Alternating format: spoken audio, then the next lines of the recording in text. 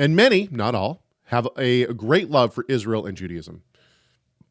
This is the reason why many Hebrew rooters don't feel at home in Messianic Jewish congregations that do not place an emphasis on actually keeping the Torah commands. This is a really great insight. In other words, there's tons of MJAA congregations that it's like they do it because it's cultural, not because they believe that the Torah needs to be kept, right? And this puts a bad taste in my mouth, for sure. Like if you're going to say that you're Messianic, and then I walk in and there's treif on the table, right? There's pig on the table for lunch, or you break from your services and all the leaders go down to the local restaurant down the street. To me, that you're mixing things that essentially differ. Okay, let's keep going with Tina. The Hebrew roots people definitely don't want to be part of a group that tells them that the commands are just for the Jews and the Gentiles can stay in the church. I agree with this 100%.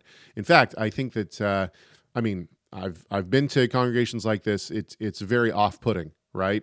Very off-putting. And I think that the MJAA and the UMJC are really shooting themselves in the foot. Anyway, there are a number of Messianic believers that once attended Messianic Jewish congregations and were made to feel second class because they are Gentiles, which is totally unscriptural. Totally agree with this. This may be a reason why the Hebrew roots movement has grown. This is unfortunate. I really hope and pray that Torah Resource and other pro-Nomian ministries can further their influence into these sincere but often misguided believers.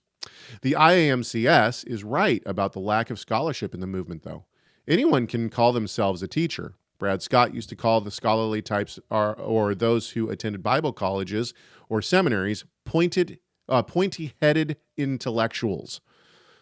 Yeah, and that's pause, because it's not just Brad Scott. There are plenty of people. Wasn't it Michael Rood who used to refer to seminaries as cemeteries?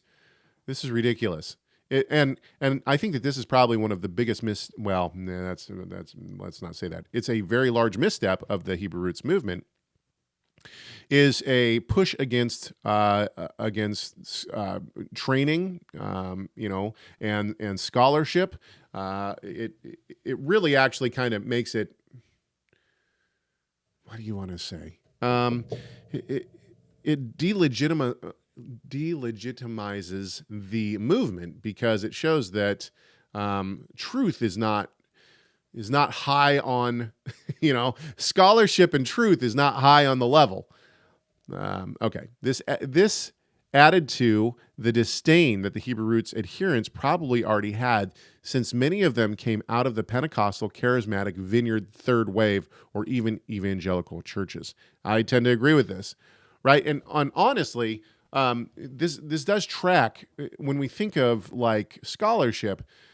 One of the things that was kind of shocking was when Dr. Michael Brown, here you have a guy raised in a Jewish home. He gets a PhD, like a solid, legit PhD in languages, Semitic languages, right?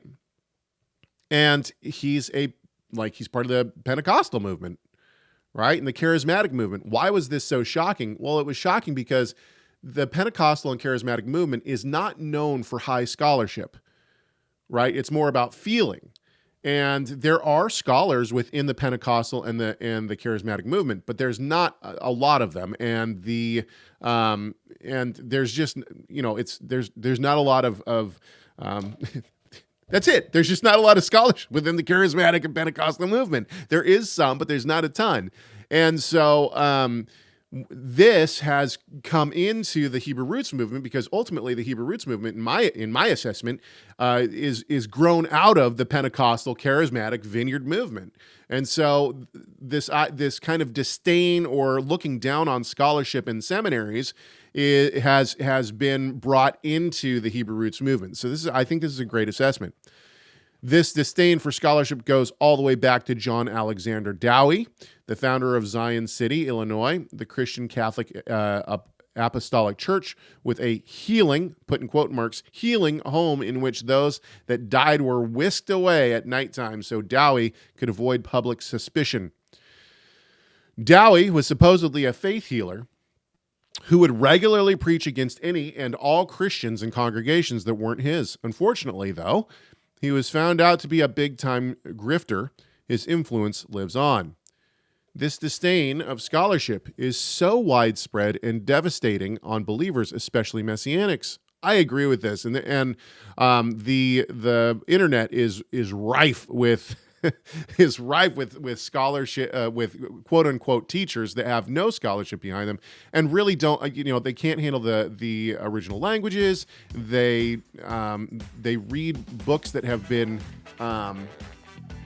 proven to be false, like, Two Babylons or whatever. Continue listening to this conversation by clicking the full show link on the left side of your screen, or check out the video on the right that YouTube thinks you'll like. Don't forget to subscribe to this YouTube channel so you never miss content from Messiah Matters.